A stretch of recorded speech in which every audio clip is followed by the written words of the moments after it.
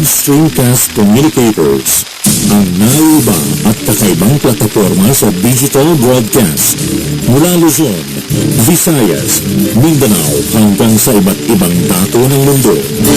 Broad Streamcast Communicators, ang sandigan ng sambayanan mula sa walang labis at walang kulang na pagbabalita, paglilingkod, maglalahad ng mga mapagbuong komentaryo at usaping pambayan para sa kapakanan ng karamihan.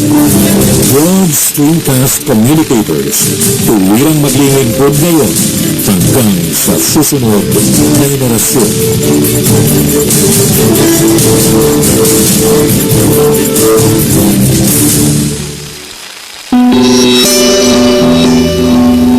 Ito ang Broad Streamcast Communicators, ang naiba at kakaibang plataforma sa digital broadcast mula Luzon, Visayas, Mindanao hanggang sa iba't ibang dako ng mundo. Broad Streamcast Communicators, ang sandigan ng sambayanan mula sa walang labis at walang kulang na pagbabalita, paglilingkod, maglalahad ng mga mapagbuong komentaryo at usaping pambayan para sa kapakanan ng karamihan. Broad Streamcast Communicators, tuwirang maglilingkod ngayon hanggang sa susunod na henerasyon.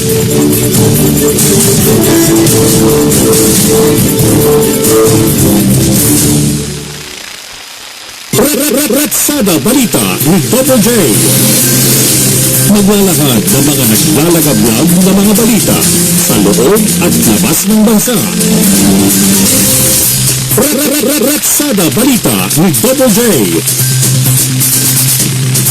Magbibigay daan sa tunay na daloy ng walang labis at walang kulang na mga balita.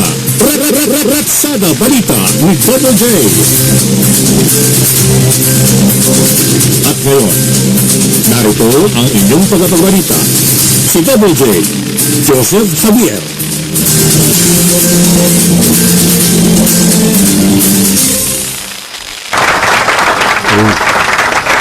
Thank you, salamat at yan dyan yung ating mga giliw na mga manonood ng live dito po sa ating studio. At siyempre, ang kanila inaantabayan at sinusubaybayan ang programa Ratsada Balita ni Double J. Siyempre, dito pa rin sa pamagitan natin bilang Broad Streamcast Communicator.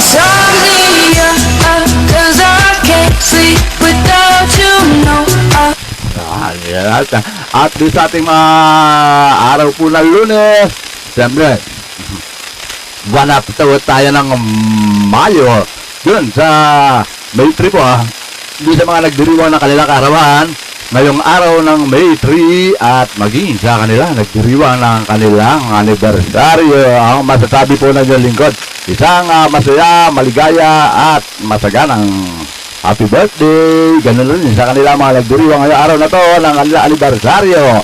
Either yan ay hour-sari, day-sari, week-sari, month-sari o year-sari. Happy anniversary po sa lahat. Yan.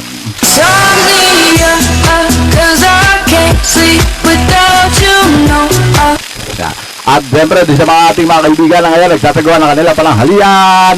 Doon sa ating mga kaibigan kababayan ng KBSQC na nananghalian, ang masasabi ko lang po, sige, it's your time. At makita ko kayong, huwag nyo na ako alok yan, makita ko kayong busog. Busog na rin po inyong lingkod. Basta kain lang, oras ng panangalian yan, samantalahin. Lalo na ron, di sa ating mga kaibigan kababayan KBSQC na nagsasagawa ng kanilang lunch break ngayong araw ng Lunes.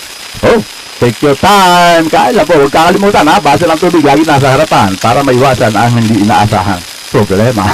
At tatanong, ano raw problema? Yung problema na bigla ka nahirinan. Ang layo ng tubig ang baso. Pili mong gano'n. Paghabol mong gano'n, biglang, napatid si bra sa mga girls po yan, At sa mga lalaki naman, paghabol na ganyan, ayun, napasubsob kasi hindi nakatukod yung At ang pangalawang problema po rin, yung nag-aagawan ng mga kasamahan. Ako na. Pag-agaw na gano'n, pag-agawan, lahat to na tapon si tubig dun sa nabulunan o nahirinan. Ayun na, ang pangalawang problema, pangatlong problema. Kaya yung tubig, bago kumain, bago i-serve ang main dish, andyan ang baso ng tubig, Yan lang po importante. Okay. At siyempre, dito sa ating programa, Ratsada Balita ni Double J, ay hindi mawawala ang mga balita at sariwang balita na naganap hindi lamang po kahapon, araw ng linggo, maging kanina hanggang sa mga oras na ito.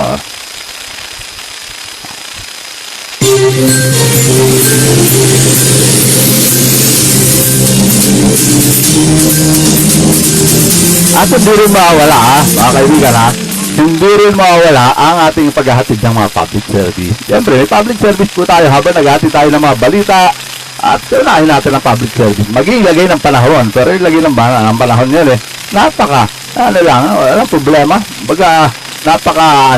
Napaka shorted, walang problema sa ating kalagay ng panahon. At tanggotong tayo sa mga lagay ng ating public service. Public service po.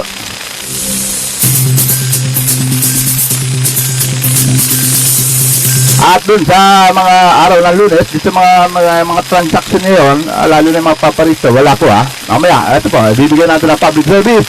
Wala naman po sa Commission on Election, pero bago yan, para walang tampuhan, dun sa mga nagdiwang kahapon po ng kanilang kaarawan, belated happy birthday at belated happy anniversary sa mga nagdiwang ng kanilang anibersaryo kahapon po At ang pagbati ay siyempre hatid sa inyo ng ating programang Ratsada Balita ni Double J at ganoon na rin sa pamagitan ng ating himpilang Proud Dreamcast Communicator, belated happy anniversary at belated happy birthday. Yan. Ang masasabi niya yung lingkod ay yan. Ano sasabihin ng lingkod? At dun para walang tampuhan, yung mga magdiriwang bukas although mababati ko naman kayo bukas, pero in advance. Ito po, sabi ng isang kabatch ko sa Arellano Mabini High School, batch 83. Yan ang mga legendary ng batch na yan si Raul Manzano, musta na batch? Okay lang, ito. At binabati ko rin siyempre ang buong liputan, ang buong grupo at ating mga kabatch ng batch 83 ng Arellano Mabini High School. Ayan, nandiyan na po, nangunguna na si Raul Manzano at iba pa napawang mga profesional na iba, may mga doktor, iba't ibang kategori yung kinarir, lalo na to si Raul Manzano. Isa po yan sa mga tinatawag na top. Yan, top elite po yan. Wala hindi lamang sa hanay ng PNP, maging sa Armed Forces of the Philippines. Siya po yung ika nga sa part of intelligence po yan. Hi, Bat, siya Raul Manzano. Stay put at maghahatid tayo ng mga balita para naman masubaybayan mo ano mga balita na inahatid ng iyong kabat na si Double J. Joseph Javier dito pa rin sa ating programa Ratsada Balita ni Double J.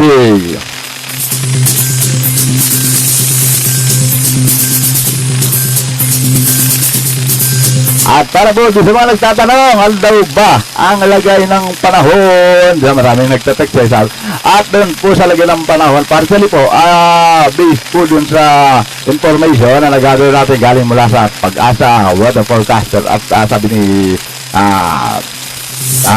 si Jim, sabi niya, wala naman po sir at wala tayong binaban sa LTA, kaya wala pong nabubuong bagyo, maliban na lang doon sa talagang at least dahil panahon pa rin ng tag-init, summer season kaya mararanasan daw mula sa umaga hanggang hapon ang mainit na panahon, malinsangan, pero pagdating daw ng hapon at magabi, andyan na raw yung medyo mga manakanakang pag-ulan. Ayun ang masarap doon di ko ba? Yan lang po ang lahat pinigay ng panahon para wala po kayong dapat alalahanin. Walang bagyo na namumuo, walang LTA na binabantayan. At siyempre, ang paghatid ng ating mga public service dito pa rin sa ating programa Ratsada Balita ni Double J. At siyempre, hatid sa inyo ang ating himpilang Proud Dreamcast Communicator. Doon po sa mga nagtatanong sa atin, ito po ang sagot. Ayan po doon sa nagtatanong Double J, pwede na ba kami magparehistro? Pwede na ba ang okay na ba ang COMELEC? Ito po ang kasagutan suspendido pa rin ang voter registration maging voter certification sa mga opisina ng COMELEC sa Metro Manila at ang 4 na katabing lalawigan hanggang sa Mayo 14. Ito po yung tinatawag na NCR Bubble Plus. Ayan po, buong NCR at ang 4 na lalawigan, yan po yung binubuo ng Bubble Plus. Yan po yung tinatawag na Rizal, Laguna, Cavite at Bulacan. Yan po wala pong mga operation ng COMELEC dahil suspendido pa po hanggang ngayon. Kaya yung mga nagsasabi gusto magparito, yan, tabay lang po kayo dito sa ating programa at time to time pagka merong update, ihahatid ko sa inyo ang mga advisory at maging balita. Kasi sa inilabas na abiso ng ahensya, sarado ang kanilang mga opisina maging sa Laguna, Cavite, Rizal at Bulacan. Gayun din sa mga lugar na umiiral ang Enhanced Community Quarantine o ECQ at Modified Enhanced Community Quarantine o MEQ ngayong buwan. Suspendido din ang voter registration at pagbibigay ng voter certificate sa mga lugar ng Santiago City, Isabela, Abra at Quirino hanggang sa katapusan po ng buwan ng Mayo. Samantala, bukas ang Office for Overseas Voting sa COMELEC Main Office sa Intramuros, Maynila para tumanggap ng voter registration applicant na kinakailangan ng bumiyahe sa labas ng bansa. Para po sa mga OFWs natin to yan lang po ang inaabil ngayon dahil po alam natin mga papaalis sa mga yan gusto magamit yung kanilang napaka-importanteng boto. Ayan to At bukas naman Lunes hanggang Biyernes at mula alas 8 ng umaga, bukas po bukas naman Lunes hanggang Biyernes at alas 8 ng umaga hanggang alas 5 ng hapon ang mga opisina ng COMELEC sa mga lugar na umiiral ang General Community Quarantine o GCQ at Modified GCQ para sa mga nais magparehistro at kumuha ng sertifikasyon. Ibig sabihin, doon lang po ang mga bukas ang talagang totally sarado lang po. Ito pong buong NCR hanggang May 14 at yung apat na lalawigan po nakasama sa Bubble Plus ang Laguna, Cavite, Rizal at Bulacan. Yan po At doon naman sa mga ilang bahagi naman na merong umiiral lang ECQ, suspendido rin katulad ng Santiago City, Isabela, Abra at Quirino hanggang sa katapusan po ng buwan. Ayan po, malinaw ang ating public service. At sabi naman ng ating kabat ni Raul Manzano, Pakibati Batch ang grupo. Ako ang founder at president ng Association of Anti-Corruption and Media Network Intergroup. Ayan, at binabati po ni isa sa mga founder ni si Raul Manzano, ang kabat natin, ang press ng Association of Anti-Corruption and Media Network Intergroup. Ayan po yung kanilang dyan po kinabibilangan na siya po ang isa sa mga nagtayunan. Pagkakaroon daw sila ng Operation Free Face Mask ng nitong darating na buwan ng June. Ayan po Baking po, dati mga kababayan na minsan tamad magsuot ng face mask at minsan nawawala ang face mask. Ito po, magkakaroon sila ng isang camaraderie na magkakaroon ng operation na magbibigay ng mga free mask. At ito po ang darating na Hunyo. Ayan po ang ating update mula naman sa ating isa sa mga masugid na taga-subaybay. At siyempre, paalala ko lang po sa ating mga kaibigan, kababayan, kabesisi na masusubaybay at masugid na talagang taga-subaybay natin dito sa ating programa Ratsada Balita ni WJ. Welcome po kayo na magbigay na inyong mga komento at opinion kaugnay dito sa ating mga ihahatid na balita. Ayan po, at yan natin ang tinatatalakayin natin yan Ayan po, welcome po kayo dyan at stay put at kung kayo man ay nananahalian, tayo lang po. Huwag nyo lang ako alakin, huwag nyo lang ako intindihin. Makita ko kayong busog na inyong lingkod. Okay.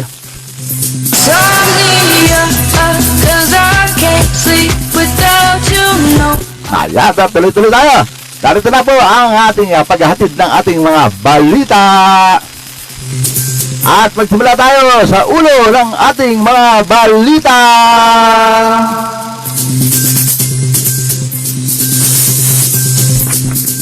Ang ulang-ula po ng ating ulo ng mga balita, DILG, DOLE at MNDA nagkasundo sa pagkuha ng halos 6,000 na contact tracer. Ayan po, kukuha na naman sila ng contact tracer para hanagilapin yung mga merong tinamaan ng COVID-19. Pero minsan ang problema yung mga contact tracer natin medyo takot din para bang magtanong lang, hindi masusi yung pagana. Pero anyway, obserbahan pa rin natin itong mga bago na ito na 6,000 na madadagdag. Yan. Samantala, COVID-19 vaccine, masasayang kung takot ang mamamayan. Ayon kay Senator Ping Lacson. Oo nga naman, masasayang talaga kung ayaw mo talaga. Alam mo, Senator, ang karamihan kasi sa ating mga kababayan, andyan yung agam-agam at saka nakikiramdam Nakikiramdam na, saka na ako, pagka okay na, pagka gano'n. Pero biglang gano'n halos lahat, gano'n lang nasa ang adhikain Kaya pagdating ng bandang huli, ayun, buhos, naubusan na. Yan, sabi nga, ang pagsisisi, laging nasa huli. Wala namang nangyaring pagsisisi sa una eh. Di ba ba? Yan. Mamaya atin natin ang buod ng balita na yan. At NEDA, pinag-aaralan ng 24 billion na wage subsidy para sa mga manggagawa. Ano po ang manggagawa na to? Mamaya po, atin natin ang buod ng balita na yan. At sa kaugnay na balita, 24 billion wage subsidy program sa private workers. Private workers pala ang mabibigyan. Suportado na ilang senador. Ang buod ng balita mamaya po. Samantala, 60,000 na COVID-19 testing kada araw nirekomenda sa NCR kapag magkakaroon muli o uulit ang nasabing surge. Biglang, ayun na naman, ang mga biglang hindi natin malaman kung saan maghahagilap eh, saan kukunin, saan galing, saan na, yung mga ano yan eh, pinag-ugatan kaya saan po mangyari. So, ayan daw, 60,000 na COVID-19 testing kada araw nirekomenda. Mamaya po ang buod ng balita na yan. At samantala, sana mangyari para naman hindi naman nagiging mukhang kawawa ng ating mga senior, no? At ito po, mga senior citizen na naturukan na ng COVID-19 vaccine, hiniling na payagan ng lumabas. Mamaya po ang buod ng balita kung sino humiling, kung bakit at ano dahilan. Ayan po. Samantala, financial support, kailangan din matapos magpositibo sa COVID-19 ng 23 katao sa bahay ampunan sa lungsod ng Maynila. Kung di ako nagkakamali, yan yung hospicio de San Jose. At sino kaya mga humiling ng financial support? Mamaya po, ang buod ng balita na yan. At sabi ng Lodi, sabi ni Lodi, Charlie Fry, magandang tanghali, Double J. Gwapo ka sa tanghali, Charlie. Hindi magandang tanghali, pambabae yun eh. Doon sa ating mga followers na mga binibini dyan, magandang tanghali. Maganda kayo talaga sa tanghali. At kay Charlie Fry naman, Lodi, gandang lalaki ka talaga sa tanghali, Charlie Fry. Thank you. At isa pa rin po sa board, ulo natin mga balita, Dole, pinagbalaki yung tagumpay ng kanilang online job fair nitong nakalipas na Mayo 1. Wow! Ano kaya? May mga nag-apply kaya? O ano kaya ng trabaho ang nilunsad? Nagko-cover ako dati ng mga ganyan pag May 1 eh. At karamihan ng mga nag-ano dyan, puro mga supermarket, yan, mga office, ganyan. Mamaya po, ang buod ng balita na yan kung bakit na naging tagumpay ang online job fair. At DOJ, iniimbestigahan ang data breach ng OSG, ang Office of the Solicitor General. Kita nyo? Nagkaka-ahensya pare-pares, ahensya ng gobyerno, pero nagkakaroon sila ng kanyang imbestigahan na to. Bakit kaya? Mamaya po ang buod ng balita na yan. Former PNP na ngayon isang senador, Bato de la Rosa, merong hugot sa pagkontra na alisan ng pondo ang NTF-ELCAC. O bakit? Ang dami ng semplang na NTF-ELCAC senador. Bakit? Ayun yung tanggalan ng budget. Bakit? Mamaya po, malaman natin kung bakit at ano yung hugot niya, Senator Bato de la Rosa. Mamaya po, tabayaran yan. At samantala, balita sa iba yung bansa. Sana wag na natin sapitin tong ganito. Talagang hiling ko lang po sa ating mga kababayan, yung mga matitigas ang ulo. Lambutan nyo na po ulo nyo, please, para di tayo matulad dito. Ayan po, balita sa iba yung bansa, halos 400,000 bagong kaso ng COVID-19 na itala sa India. At yan, kung di ako nagkakamali, yan yung Indian variant, no? Na ang bilis ng transmission, yun lang. Kahit sabihin mo nasa 1 metro ang usapan niya, biglang, ha? Ano? Ganun lang salita mo, lumilipat ay, nakpo. Grabe, kaya po di sa mga matitigas sa ulo natin mga kababayan, ay, naku, wag nyo na po sanang sapitin ng ganito. Hiling lang po lang yung lingkod. Hindi po masamang magsuot ng face mask at face shield. Kung nahihirapan kayo, text nyo ako, puntahan ko kayo ako magsusuot. Kahit araw-araw, oras-oras, minuto, wala pong problema. Text nyo ako, okay.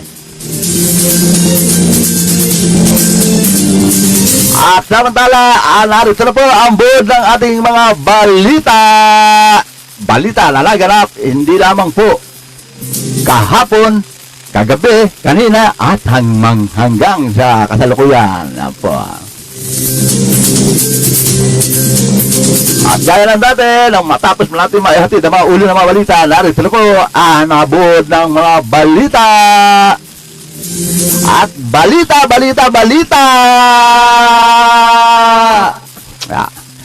Dito mga lalarang halina, lalo na yung mga ngayon palang mag-lunch break at medyo may tinapos-tapos pa, wag magmadali.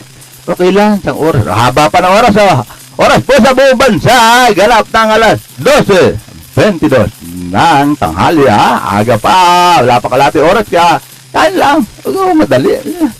Yan yung extend natin yung programa para hindi kayo mainip. Ito na po ang buwan ng mga balita.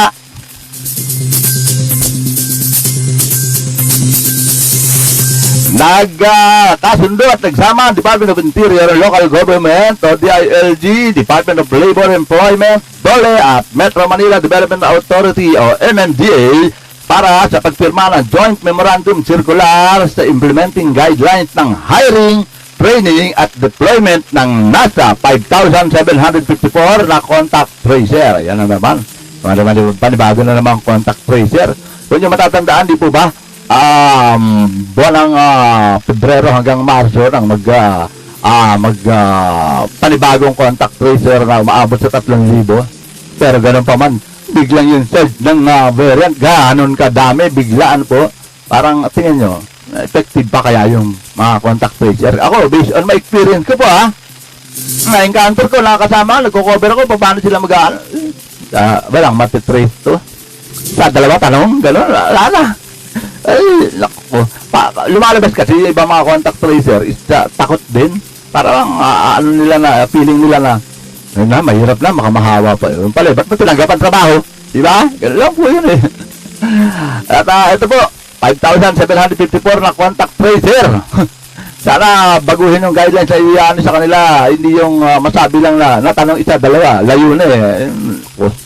At ang nasabi mga contact tracer ay ipapakalat sa National Capital Region sa loob ng 3 buwan simula ngayong buwan ng Mayo. 3 buwan ng trabaho. Magkano kaya sweldo ng mga yan? Sinabi ni DILG Secretary Eduardo Anjo na ang nasabing bilang ay mas marami ng 1,000 sa naunang porta. Ayun pala, 4,754 pala yung nauna na contact tracer na unang minungkahin ng DOLE na kanilang kukunin para sa tulong panghanap buhay sa ating disadvantaged worker o TUPAD program. O, din lang sila magpo-focus dyan dahil sa wala silang trabaho, binigyan sila ng ika nga trabaho. Pero dapat gampanan dahil pera pa rin ang bayan ng pinansisweldo dyan eh. Ako na, obserbahan ko po. Ang contact tracer is talagang para kang nag-iimbestiga dyan eh. Yung meron tinatawag na talong na mga ika nga yan. Dapat na medyo halo kaya, malaman mo at ibabalik mo lang. Parang yung interrogation question, ganun po eh. Hindi, sa dalawa talong na lalayo na. Ako, wag tayo magtaka kung bakit dumadami, di po ba? Anong nagiging silbi ng contact tracer? Ayan po. Ayan. At aabot daw sa 13,304 ang nag-apply kung saan 2,696 ang na-qualified na. Sana yung qualified, talagang qualified. Yung kwalipikado niya dahil lang sa ako sa 5,754 na contact tracer, 1,347 ang ipakakalat sa Quezon City, 713 sa Caloocan City, 707 sa Manila, 349 sa Pasig, 333 sa Taguig, at 302 sa Parañaque, 278 sa Valenzuela, 259 sa Makati, 234 sa Muntinlupa, 268 sa Las Piñas, 209 sa Marikina, 192 sa Pasay, 171 sa Mandaluyong, 161 na Botas, 152 sa Malabon, 47 sa San Juan, at 32 sa Pateros. O, kita nyo na po. Dami dyan, dami nyo po yan. Pero ang tanong, nung mga naunang mga contact tracer, meron po bang napabalita na nahawa? Parang sinabi, exempted sila, gano'n? Hindi. Ang tanong po, nagtatrabaho ba talaga ng tama? At, sorry nagtatanong lang inyong lingkod, baka kung may mga tinatamaan dyan, ito, may kasabihan tayo, ang bato-bato sa langit, Binato ka talaga sa langit, mula sa langit. Ayan po. Ayan, at noong Enero, merong 2,381 na contact traces NCR ang kinuha ng DILG na magtatrabaho hanggang 6 na buwan. Nakasaad sa memorandum na merong 280,714 milyon ang ilalaan sa mga contact tracer o sa sahod ng 537 kada araw. Wow! Tumisweldo ng 500, mahigit. Tapos nagtatanong isa, 2 tanong pa, layo. Tanong nyo kung may kakilala kayong contact tracer, tanong nyo kung may na-trace sila. Alam ba? Ay, ako. Importante nagkatrabaho no? Yun na yung pinag-usapan dyan Ang bottom line dito is, nagkatrabaho sila. Pero dapat magtrabaho ng tama, di ba? Sabi naman ng ating, para kilala ko to si Muse ng BSTC. Yan, si Miss Lilian Gabriel. Yan. At siyempre, sabi na, Bless Monday, Double J. Lilian Gabriel here. O, ang aming Muse. Yan. Diba sa Litra, yan ang Muse natin, ano? Galing pa kumanta. Malapit na po yung kasal yan. At dadalo ko sa kasal yan. Alam niyo kung bakit? Importante raw ako dumalo sa kanyang kasal ni Miss Lilian. Dahil just in case maging run away man yung kanyang groom, hahatakin ako bigla akong pamalit. Yan po. Yahoo! At tuloy pa rin ating balita. Ito po. COVID-19 vaccine. Masasayang kung takot ang mamamayan. Ayon kay Senator Ping Lacson. Bakit kaya masasayang? Dahil kasi dami dyan ito po, sinabi ni Senator Pampilo Lacson na habang inihintay ang pagdating ng mga COVID-19 vaccine, dapat ay pinaigting ng DOH ang information campaign para maipaliwanag ang kahalagahan ng bakuna. Yan na naman po tayo. Paulit-ulit na natin pinananawagan dito yan na ang kakulangan ng pamahalaan ay information right campaign kaugnay sa bakuna. Hanggang sa dumating na si bakuna, naiturok na si bakuna. Pero walang malinaw na impormasyon para sa ating mga mamaya, kundi mabakunahan ka lang, okay na. Tapos antay mo yung pangalawa. Ganun lang. Pero hindi inisip yung hanggang sa mga oras na to may agam-agam. Kung tutuusin, bakit po? Ilan na ba na bakunahan sa ating bansa? 2 milyon? Saan niyo po? Tapos kinakapit pa si bakuna. Diba? Hindi kaya tatanong lang ba? Hindi kaya sideline? Parang at babala na senador, maaaring sayang lang ang mga bakuna dahil ayaw ng mga tao na sila yung maturukan dahil sa pagdududa. Yan, di talaga nawawala hanggang ngayon yan. Yung tinatawag na meron pa rin pag-aalinlangan at second thought ang ating mga mamayan. What our official, including Health Secretary Francisco Duque should do is to improve the public trust in vaccine instead of just announcing when the vaccine will arrive. Besides, very few Filipinos are willing to be vaccinated. The vaccine that actually arrived may go to waste. Ang pagdidiin ng nasabing Senador Lacson. O nga naman, at dapat muna, gamitin po ang inyong mga convincing power. Ayan. Diba, Ms. Telma Ilagan? Gamitin ang pamahalaan, lalo na ng DOH, ang convincing power para maliwanagan ang mga mamamayan. Hindi kaya kulang kayo sa information drive campaign para ipaliwanag ng tama at maayos ang ang magiging pakinabang ng bakuna. Hanggang ngayon, marami pa pong nag-aalinlangan dahil buwan na po ng Mayo, mula nang sinimula ng buwan ng Enero, 2 milyon pa lang po ang nagpapabakuna. At baka mamaya biglang bumuhos siya sa bandang huli dahil nakikiramdam ang mamayan. Ayan na, magiging problema ng ating pamahalaan. Di po ba? Samantala ko na maaga pa lang, nabigyan na ng maganda advisory.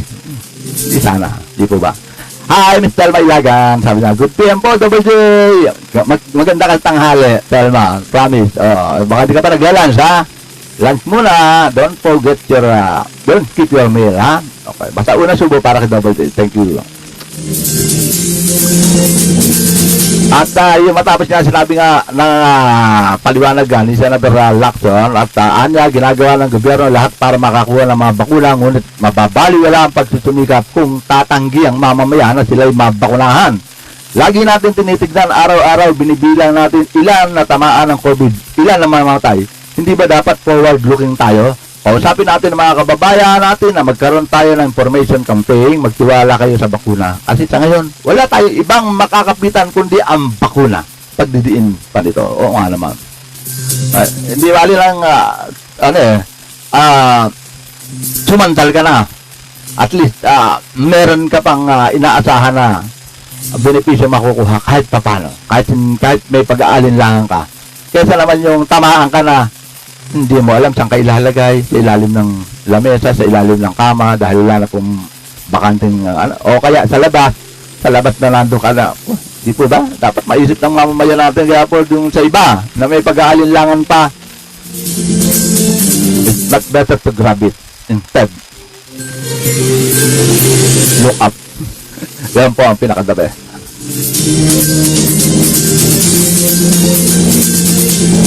At samantala, ang NEDA, patuloy na pinag-aaralan ng National Economic and Development Authority o NEDA ang panukalang 24 billion wage subsidy program. Sinabi ni Department of Trade Industry Secretary Ramon Lopez na nasabing panukalang batas ay para mapresenta ang mga trabaho dahil ngayong panahon ng COVID-19 pandemic. Ayat para mapresenta at mapreserve daw ang mga trabaho. Bilang chairman ng Interagency National Employment Recovery Strategy Task Force ay magiging prioridad dito ang mga manggagawa ng private sector na napapaloob sa 8-point employment recovery agenda nila. Layon din nito na anya ay para maprotektahan ang kasalukuyang trabaho sa ating bansa. Sa nasabing panukala ay makakatanggap ng 8,000 kada buwan sa loob ng 3 buwan ng mga apektadong empleyado. Nakikinabang nasa mahigit 1 milyon ang manggagawa sa nasabing panukala. Wow! Mga private, po yan, mga private employees. Ang tanong, bakit? Wala bang nagagawa mga private companies na sila yung mga namumuhunan na para, ika nga mas unang isustain nyo yung pangangailangan ng mga empleyado nyo habang medyo lumalagay tayo sa di po ba? Kasi unang-una, halimbawa ko, isa ako sa mga tinatawag na investor. Alam ko na yung mga mga empleyado ko, na kaya nandiyan yan, kaya nagbubuma ang aking negosyo dahil sa kanila. Ika nga, that is part of production. Lalo pa yung mga very productivity na empleyado. Di po ba? Alagaan ko kayo. Hindi ko pwede sabihin na, bahala ka sa buhay nyo. O ngayon, paano? Kukuha ka ng bago. Panibago na naman. Paano mo na naman tuturuan? Hindi ka tulad ng mga dati na alam na kung paano gagawin. Kaya bumibilis. Yung gano'n na kukuha ka. Wala kang pakialam sa kanila. Basta nakabayaran ko kayo, trabaho kayo, gano'n. Hindi. Dapat,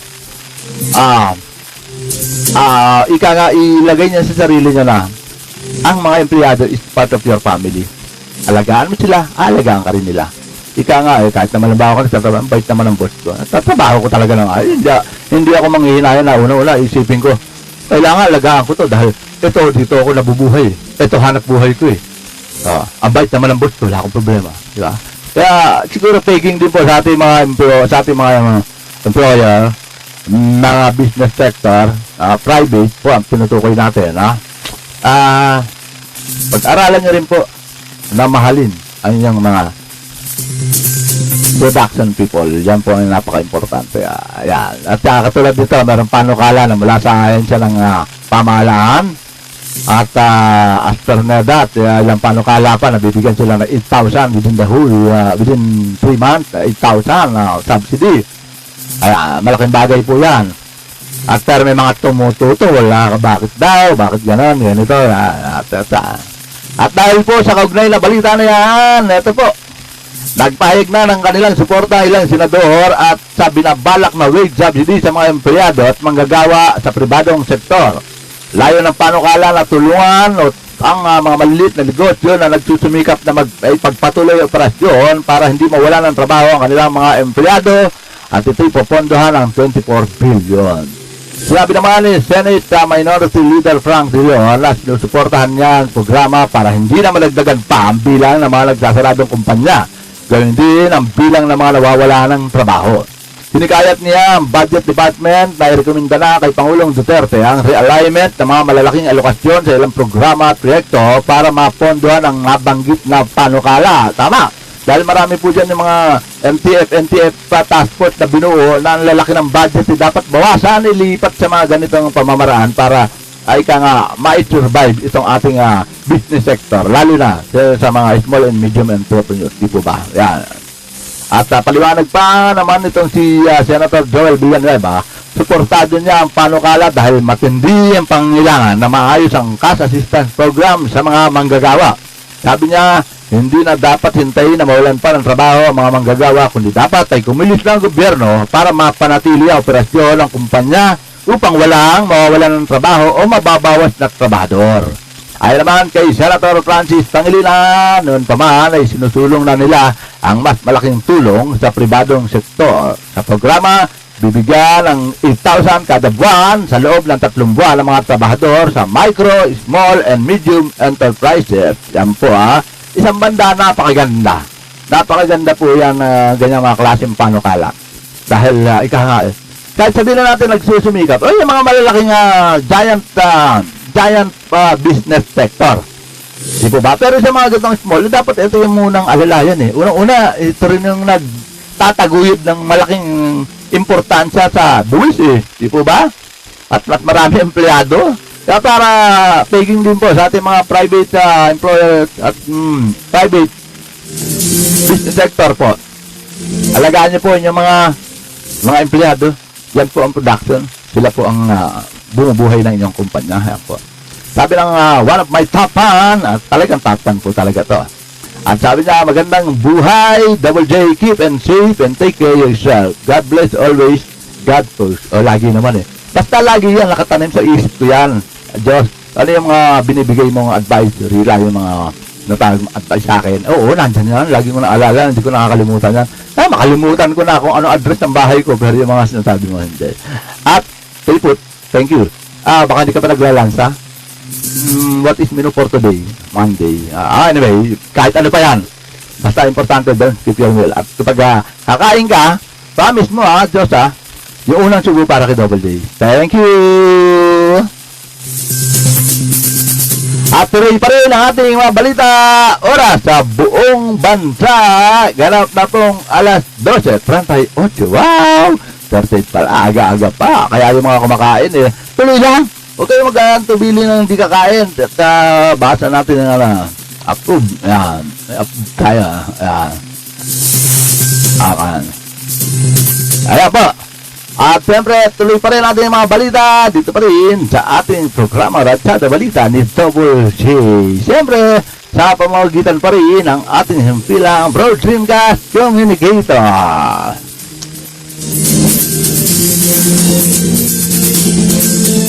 Samantala!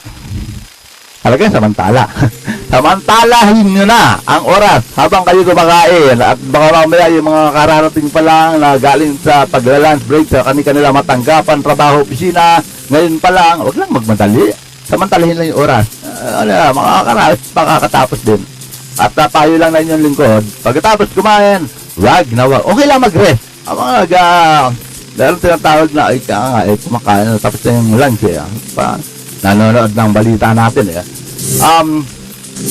okay lang magpahinga basta wag lang matutulog kasi pag natulog patay mapupunta yung kolesterol, mabubuo yan dyan sa mga ganyang anak ko po kaya okay lang patas kumain, mag-lunch pahinga na konti, after 10 minutes tayo mag-tiktok galaw-galaw para galaw-galaw mahirap na diba? Ayan, laging paalala lang yung likod. Ito po, tuloy ating mga balita. Samantala, dapat nakahanda raw Metro Manila na itaas sa 60,000 kada araw ang kapasidad sa COVID-19 testing sa oras na magkaroon ng biglang pagtaas sa bilang ng COVID-19 cases. Ayan ang sinabi ng Octa Research Group member Dr. David Guido. Kita nyo? In-expect pa silang ganon? Dapat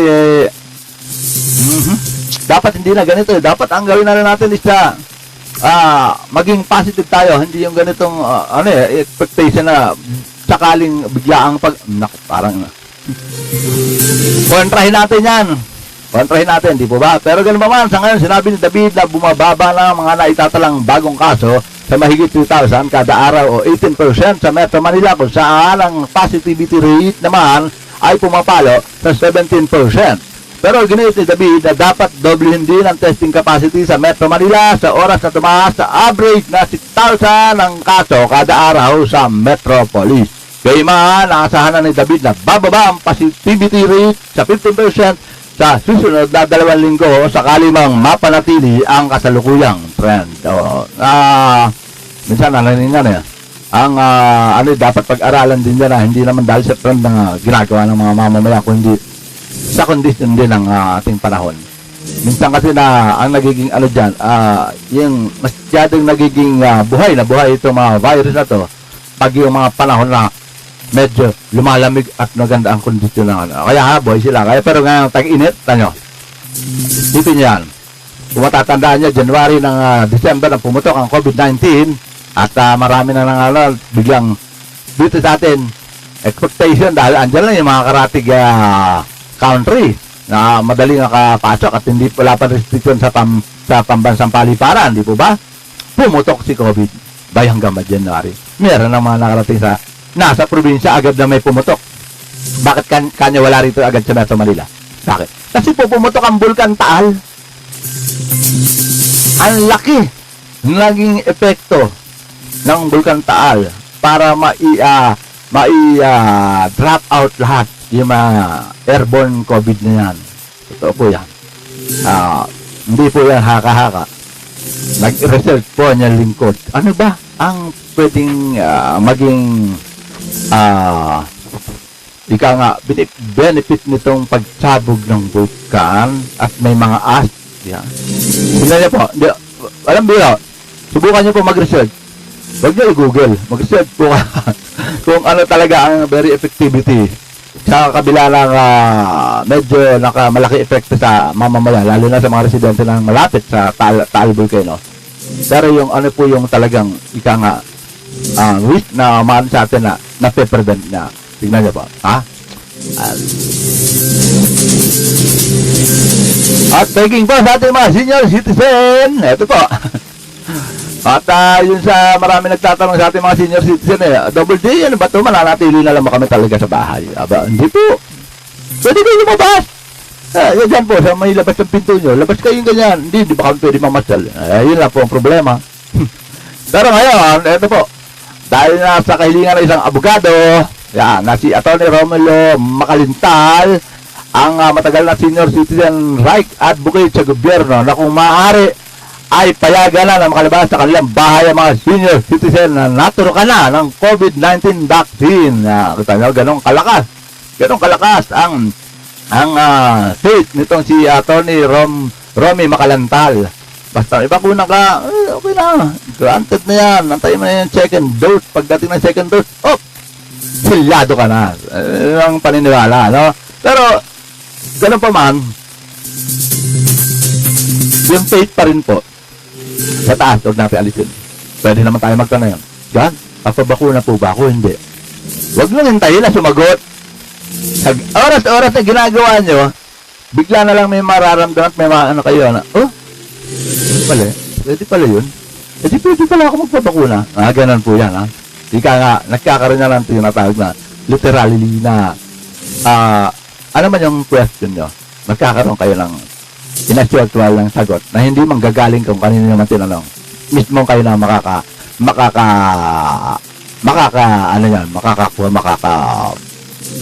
up kung saan man, kung paano man. Ayoko pong elaborate pero tandaan niyo po. Based on my intuition. At sabi nga ng mga matatanda, makakalabas na sila. Kasi senior sila. At yun po hinihilingan nitong si Atty. Romulo Makalintal na dapat dahil napakunahan na pwede na payagan lumabas. Dagdag pa nito na dapat dahil na magkaroon ng bahagyang adjustment ang gobyerno, lalo na't nasimula na ang bakunahan ng anti-COVID-19 ng mga senior citizen. Sumulat na rin ito sa Interagency Task Force on Emerging Infectious Disease o IATF ukol sa nasabing usapin. Maaring makalabas ang nasabing mga senior citizen basta mahigpit pa rin nilang sinusunod ang mga pinatutupad na health protocol. Kaya po, mga senior citizen, palakpakan po kayo. Palakpakan. Palakpakan po, palakpakan. Yan. Dahil yung mga nabakunahan lang po, pwede na rin kayong lumabas. Basta susundin nyo lang yung tinatawag na health protocol. Yan. Yung mga talagang kala niya na Bartolina ng mga senior citizen, ano? Parang walang iniwan sa mga kabataan na edad ng mula 14 pababa, gano'n, 15 pababa, o 17 pababa, gano'n po ba? Kita nga lalo na yung mga elementary kids, para silang pero ngayon dito, walang ika nga, sabi nila, iba yung pananalig nila, mga kabataan. Kaya namin yan, laban kami, ngayon sila. Welcome po sa ating mga senior citizen. Pwede na kayo lumabas. Basta nabakunahan na kayo, ha. Pero sumunod lang kayo sa tinatawag na ika nga health protocols. Yan naman po wala pang advisory nilalabas ang IATF. But supposed to be, kaya na nilang i-grant yan na. Sige na kaya nabakunahan na. Kumbaga, pag sinabi hindi, kahit na hindi pa tapos, parang sinabi mo bang wala pa lang parang silbi yung bakuna, di po ba? Pero kung ika nga nasakta ka na bakuna at ika nga bigyan mo ng interest na sabihin sa mama yun, sige, okay, basta importante andin yung mo, andin yung faithful mo na talagang gusto mo magpabakuna, ayun paniniwala mo, gano'n. Pero kung kukontrahin mo yun, parang sinabi mo wala palang epekto, hindi na ako magpapabakuna, di ba?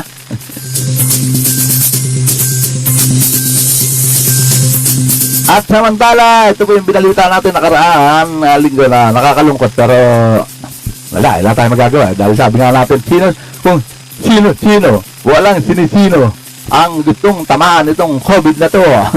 Kaya ito po, iniling ngayon ang chairman ng barangay ng 63 Manila ang pinansyal na tulong para sa mga residente ng Hospicio de San Jose, isang bahay ampunan na matatagpuan malapit dito sa Ayala Bridge, Maynila. Opo, yung Hospicio de San Jose, naalala ko nung way back 5 years ago, nag-perform pa ako dyan Tuwan-tuwa yung mga kabataan. Sabi, Double J, napapanood ka namin sa TV?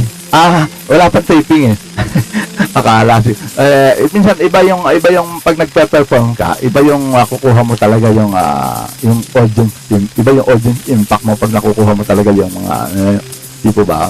Kumbaga, andun yung aliw na aliw sila. Parang sabi nga nila, napanood na kita. Baka kamukha ko lang yun. Hindi kayo talaga yun sabi ng mga kabataan. Bata, mabigyan mo lang sila ng ligaya. Ang sasaya na At sinabi nga ni Chairman Chidoro de Castro, lumalaki na rin daw kasi ang gastusin sa Roman Catholic Welfare Institution para sa bayarin sa kuryente at gamot ng mga pasyenteng tinamaan ng coronavirus disease nitong nakalipas na 2 linggo. Sa ngayon, nasa 23 na ang mga nagpositibo sa COVID dito sa naturang institusyon na naging bahay na mga inabandona at iniwan ng kanilang mga pamilya. Kabilang sa mga tinamaan ng 15 health staff members, 6 na elderly resident at 2 student volunteers. Dumami na. Noong nakaraan, 15 lang po yan. Ay, nako. Minsan talaga mag-iisip talaga tayo no? Ano pa talaga ang magandang panlaban? Para sa atin, mga magandang panlaban, sundin natin yung mga mabisa na mape-prevent natin. Pero, ang pinakamabisang panlaban talaga, yung faith natin sa Panginoon. Nandyan lang siya, nakatingin lang siya, inobserbahan niya lang ang ating mga dahil din sa mga, alam niya, wala, napaka-hopeless mo na una-una, alam mo na ganyan pero para maintindihan nila, malaman mo rin at malaman din ang pamilya mo kung anong dapat gawin. Kaya, sacrifice. Kahit ba gusto nang nasa taas na, buhayin ka kung halimbawang hindi ka naging magandang halimbawa at hindi ka man lang nakapagbigay ng kahit man lang komento, kahit minsan na, Panginoon, ano na pong gagawin ko? Wala hindi ka nakaalala. Kaya, huwag tayo makakalimot. Yan po, importante yan. At samantala, ito po. Wala naman, sa Department of Labor and Employment, pinagmalaki ang tagumpay ng kanilang online job fair. O din sa mga sumabak sa online job fair, meron ba nag-apply? Meron pa. Ako, kasi nung nagko-cover ako niyan, mga at least more than years ago na every year, pag May 1, coverage assignment na talaga. Check ko, kasi iba dyan,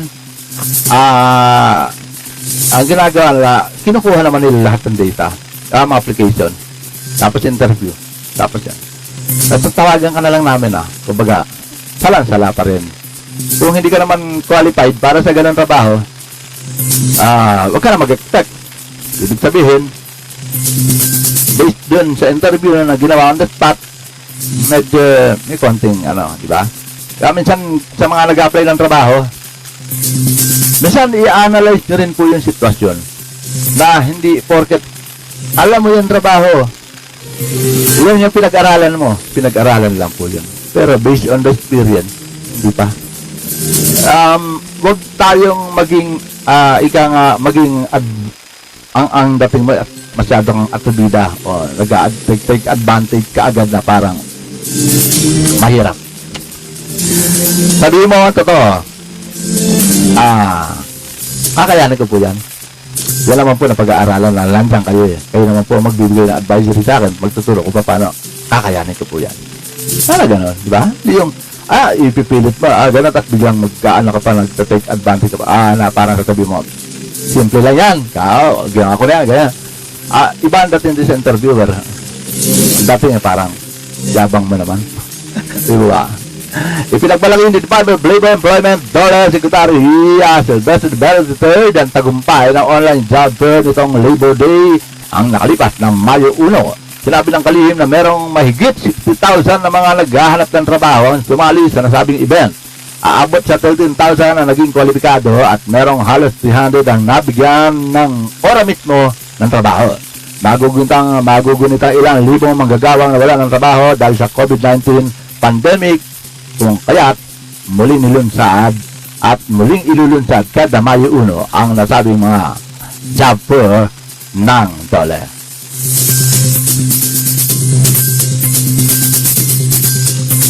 Minsan ang problema po sa ganyan halimbawa nag-organize DOLE, siyempre government, ang nasisisi sila walang kwenta ang mag-apply ng trabaho dyan kasi di ka naman matatanggap pero hindi po iniisip sino bang nag-organize? DOLE lang, di ba? Pero ang lahat ng mga employer iba-iba yan, nandyan yan sila yung magpa-participate para mangalap ng mga magtatrabaho. Dapat ang sisi yun dahil hindi sa pumasa. Minsan balansin nyo rin. Tignan nyo rin yung mga naging rason kung bakit hindi kayo natanggap. Di ba? Baka naman hindi ka uubra doon, di sana nag-apply ka ng iba. Kaya magdala ng maraming resume. Tignan nyo yung mga available kung ano. Yan. Iba kasi dyan, mas gusto yung mga nakaupo lang, ganyan. Ang tanong, kaya ba yung trabaho? Alam ba yung trabaho? Hindi po ba? At samantala, ito pa rin po sa ating mga sangay ng ahensya ng gobyerno. At may nangyayari na sila nag-iimbestigahan. Ano po? Ito po. Iniimbestigahan niya ng Department of Justice Secretary Menaldo Guevara ang napaulat na data breach sa Office of the Solicitor General o OSG. Sinabi ni Guevara na aabot sa mahigit 345,000 na mga files ang na-expose. Unang nalaman ito ng London-based security firm na Turgenev noong pang Marso. Maaring maapektuhan dito ang ongoing na mga judicial proceedings. 2 beses na nag-i-email ang Turgenev sa OSG at gobyerno, subalit wala silang nakuhang anumang sagot. Iniimbestigahan na ito ng OSG at handang magbigay ng tulong ng DOJ sa nasabing data breach. Ayan, minsan ang problema ano yan? Kung mayroon mga nag-leakage na ganyan yan, wala na iba. Inside job na yan. Alangan naman tagalabas pa at huwag niyo sabihin na yan hackers. Di po ba? May nanon ba sila na nahack yung kanilang website? At kung sakaling nahack ang website nila, kakabilang ba yung data breach? Di ba hindi? Yan ang importante po yan. Pwede basta ilabas. Lumalabas yan na inside. Dapat pag-aralan din po ng ating pamahalaan ng mga ganyang bagay. Ika nga hindi sa lahat ng oras ang pinagkakatiwalaan mong empleyado trusted ka na. Huwag po ibigay ng kumpleto at buo, di ba? Oras, sa buong kupulan, may nalalabi na lang po tayong 5 minuto para sa ating programa Ratsada Balita ni Double J. At siyempre, maraming salamat sa lahat ng mga sumubaybay. Number 1 lang sa ating top fan, si Josephine Roquero, at si Talmay Lagat, si Amis ng BSCC, Miss Lilian Gabriel, ang ating Lodi na si Charlie Fry, at ang ating kabat na si Raul Manzano, At iba pa na mga nandyan, naka-watching lang. At ito po, mayroon pang ilang huling balita pa tayo. At nagbabalik alaala kay Senator Ronald De La Rosa ang kanyang karanasan sa pakikipaglaban sa New People's Army. Kaya tutol siya sa nais ng ilang kapwa senador na bawian ng pondo ang National Task Force to End Local Communist Armed Conflict. Kasi alam naman natin ng mga medyo yung intelligence ng trabaho nila, pero bakit pati yung community pantry pag hinalaan na komunista nag-organize, di ba? Kaya hindi maiwasan na tanggalan na ng pondo yan? Ba't ganyan? Anya nung si Raw ay nasa serbisyo pa, ilang beses lang nadismaya habang nakikipagpatayan sa mga rebelde at ilang beses na nila iniisip kung kung inabandonan din sila ng gobyerno. Kita nyo, naisip pa niya yan, ni Senator De La Rosa yan, Ibig sabihin, nung nasa serbisyo siya, marami siya na-encounter na ganyan. Kaya medyo alam niya. Pero ganun pa man, sana inisip din natin Senador De La Rosa na tama ba naman yung ang mga community pantry, pag hinalaan mo ng komunista ang organizer, di ba? Yeah. At itong pinaghugutan ko na aking paninindigan na ito ay hindi pamumulitika, kung hindi yung buhay ng aking mga tao noon na namatay sa pakikipagbaka namin sa NPA. At kung aking experience nung ako ay bata pa sa serbisyo, yun ang pinaghugutan ko. Very solid foundation yun. Kaya kahit anong gusto nila, mangyayari, hindi yan give up. Sabi nito, yun ang pakikipaglaban nitong si Senator Bato de la Rosa na wag tanggalan ng pondo ang NTF-ELCAC. If you notice po, alam naman natin yan yung mga ganyan binubuong task force. Pero dapat, merong yung merong patutunguhan, hindi yung katulad ng meron pa tayong ibang maliban doon na narinig pa o nabasa pa. Pero before that, isa sa mga jurors natin mula sa Pasay City PIO, si Miss Elisa Bautista Javier. Kapilyido ko pa to. Sabi niya, hello daw. Hello? Tumatawag ka ba? Hello daw. Ayan. Ano nga pala, sa magandang tanghali dyan sa ating tanggapan ng Public Information Office ng lungsod ng Pasay City Hall po. At kumusta kayo dyan? Take your lunch. Sige lang. At habang nanonood kayo, sige, kain lang. Sabi ni Miss Elisa Bautista Javier, hello. Isang Korea masugid na pants ko rito sabi kilala mo to? Miss Dian, kilala mo ba si Miss Elisa Bautista Javier? Kilala mo pala to. Kilala pala. Ayun po, basta isa lang sa buod ng balita natin na sinasabi nga ni Senator Bato de la Rosa na tutol siya natanggalan ng pondo ang NTF-ELCAC. Although marami lang senador talagang tumutuloy siya. Ika nga, halos kabaro niya na yan. Nating PNP chief ngayon, isang politician na. Kaya, at bago na tayo sa balita sa ibayong bansa. Sana wag yung iba lagi ang pinaka-word of mouth Sana all. Pero dito, wag. Wag, sana all. Wag na tayo isama rito. Ito po, halos na 400,000 na bagong kaso ng COVID-19 na itala sa bansang India. Naku, kakalungkot.